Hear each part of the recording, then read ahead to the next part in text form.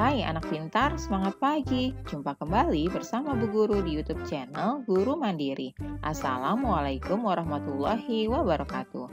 Anak pintar semua, apa kabarnya kalian pagi hari ini? Bu Guru selalu doakan agar kalian senantiasa dalam keadaan sehat walafiat ya.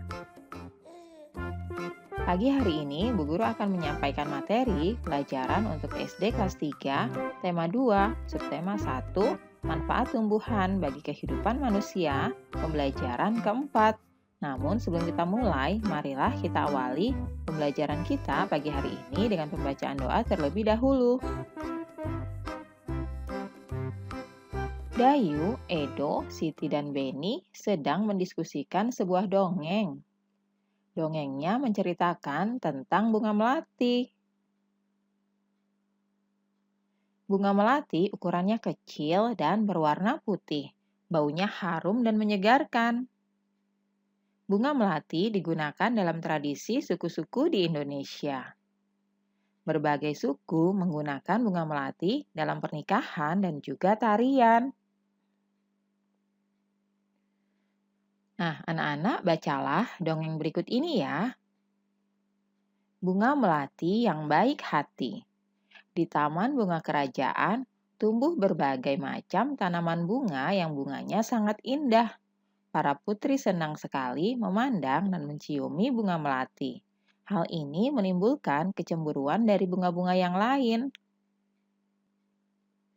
Wah, indah sekali bunga-bunga di taman istana ini. Hei, lihat bunga melati itu.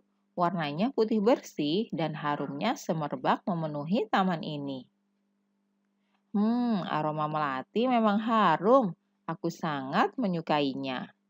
Kata para putri-putri mengagumi keindahan bunga melati. Lalu terjadilah percakapan di antara bunga. Aku tidak habis pikir mengapa para putri suka sekali dengan dirimu, kata bunga sedap malam. Iya, padahal dirimu berbunga kecil, berdaun besar, dan berbatang keras, kata anggrek.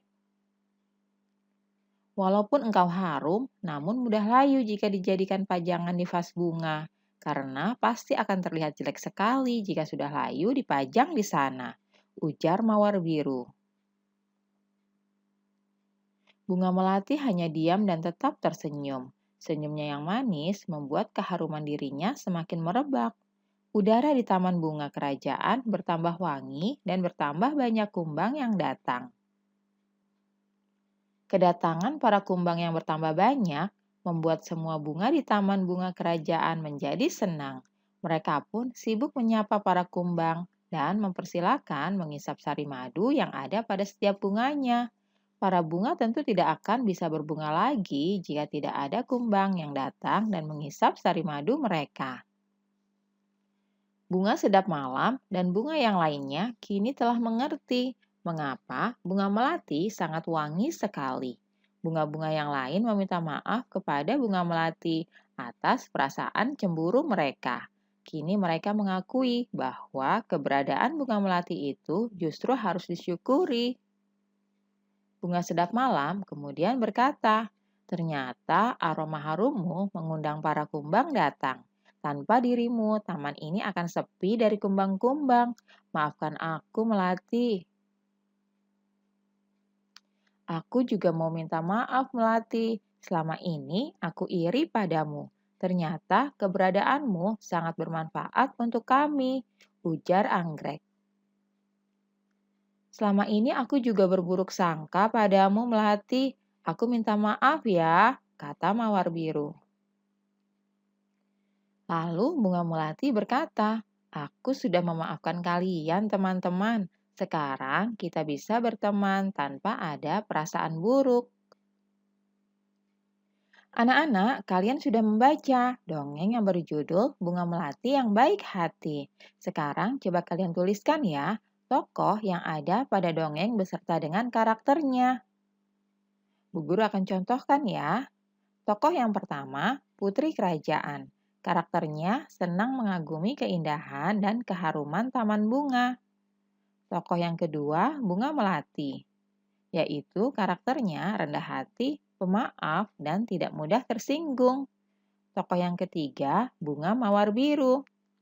Karakternya adalah pencemburu dan suka menjelekkan bunga lain. Namun, dia mau mengakui kesalahannya.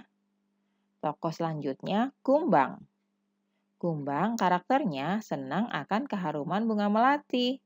Nah, anak-anak itulah tadi contoh tokoh yang ada pada dongeng ya.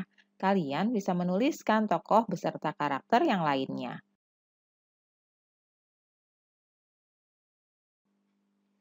Anak-anak, salah satu manfaat tumbuhan adalah untuk keindahan.